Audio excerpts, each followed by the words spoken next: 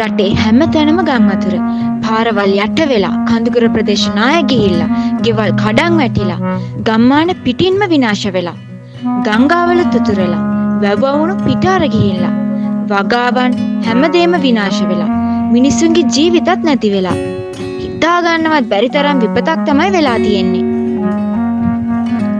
පැටව් දෙන්න පොඩි කාලේ සුනාමි උදුර වගේම මීට වඩා අඩු මට්ටමේ ගම් වතුරක් ඇති වුණා. මමා කැට්ට මතක් වුණා අද වගේම එදත් මමා කැට්ලා නිවුස් ඇහුවා. දුක හිතුවා.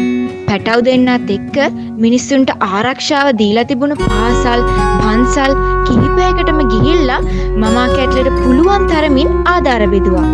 කෑම පැකට් දුන්නා. වියලි ආහාර දුන්නා. පැංචට සහ චුට්ටට ඒක අලුත්ම අත්දැකීමක්. මේ වගේ දේවල් එයාලා දැකලා තිබුණේ ටීවී එකෙන් විතරනේ.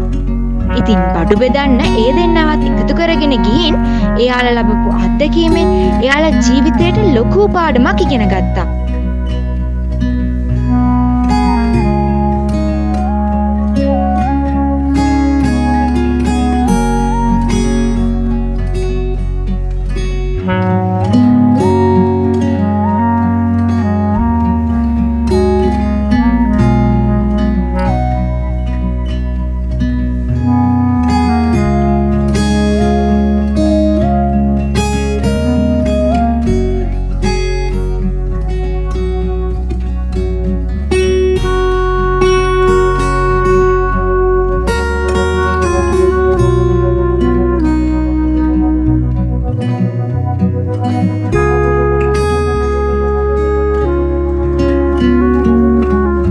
ඉතින් අද මමා කැට් සහ පපා කැට් යනවා ඈත පළාතකට එයාලට පුළුවන් විදිහට මිනිස්සුන්ට උදව් කරලා එන්න.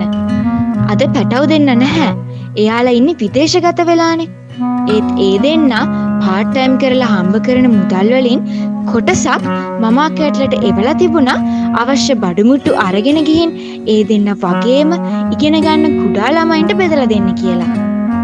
ඉතින් මේ මමා කැට් සහ පපා කැට් යන්න හදන්නේ ඒ දෙන්නගේ ඒ ආශාව ඉෂ්ට කරන්න. ගමන හරිම දුෂ්කරයි. පාරවල් වල වතුර පිරීලා, පස් කඳු කඩන් වැටිලා, ගස් කඩන් වැටිලා හොඳටම වහිනවා. වාහන වලට යන්නත් අමාරුයි. ඒත් මමා කැටුයි පපා කැටුයි ආසාවෙන් මේ ගමන යන්නේ දරුවන් හොඳ දේවල් කරන්න කියද්දි දෙපාරක් ඒ ගැන හිතන්න ඕන නැති නිසා.